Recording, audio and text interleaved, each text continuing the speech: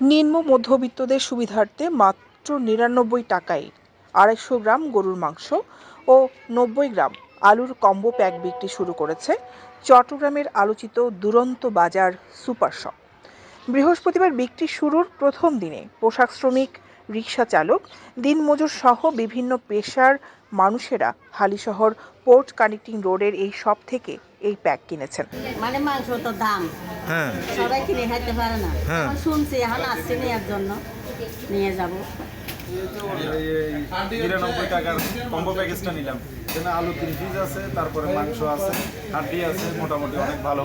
৯৯ টাকা দিয়ে মোটামুটি দুজন মানুষের মানে পেট ভরে খেতে পারবে।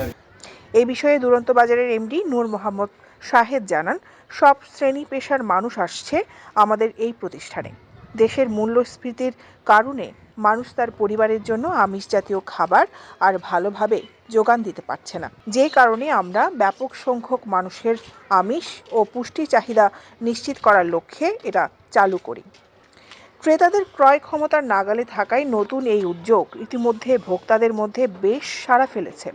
মূলত মেহনতি মানুষ যাতে গরুর মাংস খেতে পারে, তাই তাদের জন্য সুবিধাজনক এই অফার এনেছে দুরন্ত বাজার। ৪৪ টাকা করে মাংস বিক্রি করেছিলাম। এর মধ্যে আমরা সর্বপ্রথম আপনাদের আলাদা সৃষ্টি করেছি। আমরা চেয়েছি সবসময় সাধারণ ক্রেতাদের পাশে দাঁড়ানোর জন্য।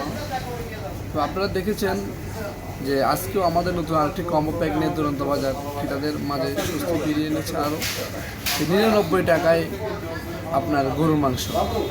আপনি জানেন অনেক মানুষ আছে যাদের ২০০ থেকে ৩০০ টাকা আয়, তারাও তো ৬৪ টাকা দিয়ে কেনার মতো ক্ষমতা থাকবে না। তো ওই জন্য আসলে আমরা চিন্তা ভাবনা করেছি যে আসলে যারা একদম নিম্ন শ্রেণীর, যারা একদম সাধারণ নিম্ন শ্রেণীর যারা, তারাও যেন অন্তত আপনার একদিন একবেলা যেন গরুর মাংস খেতে পারে। এবার আপনারা জানেন আমাদের কম্বো প্যাকের মধ্যে কিন্তু ২৫০ গ্রাম, এই ১৩০ গ্রাম হাট মাংস এবং ফিউর ১২০ গ্রাম মাংস এবং ৯০ গ্রামের মতো আলু রয়েছে। তো আপনারা জানেন বাংলাদেশের মধ্যে কোনো সুপার শপ এমন উদ্যোগ এমন আয়োজন করতে পারে নাই। আমরা করেছি একটাই উদ্দেশ্য, সাধারণ ক্রেতাদের পাশে যেন আমাদের দুরন্ত বাজার সবসময় থাকতে পারে।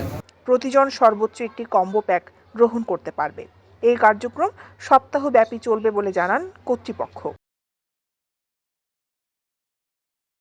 দৈনিক আজাদী নিউজ ডেস্ক।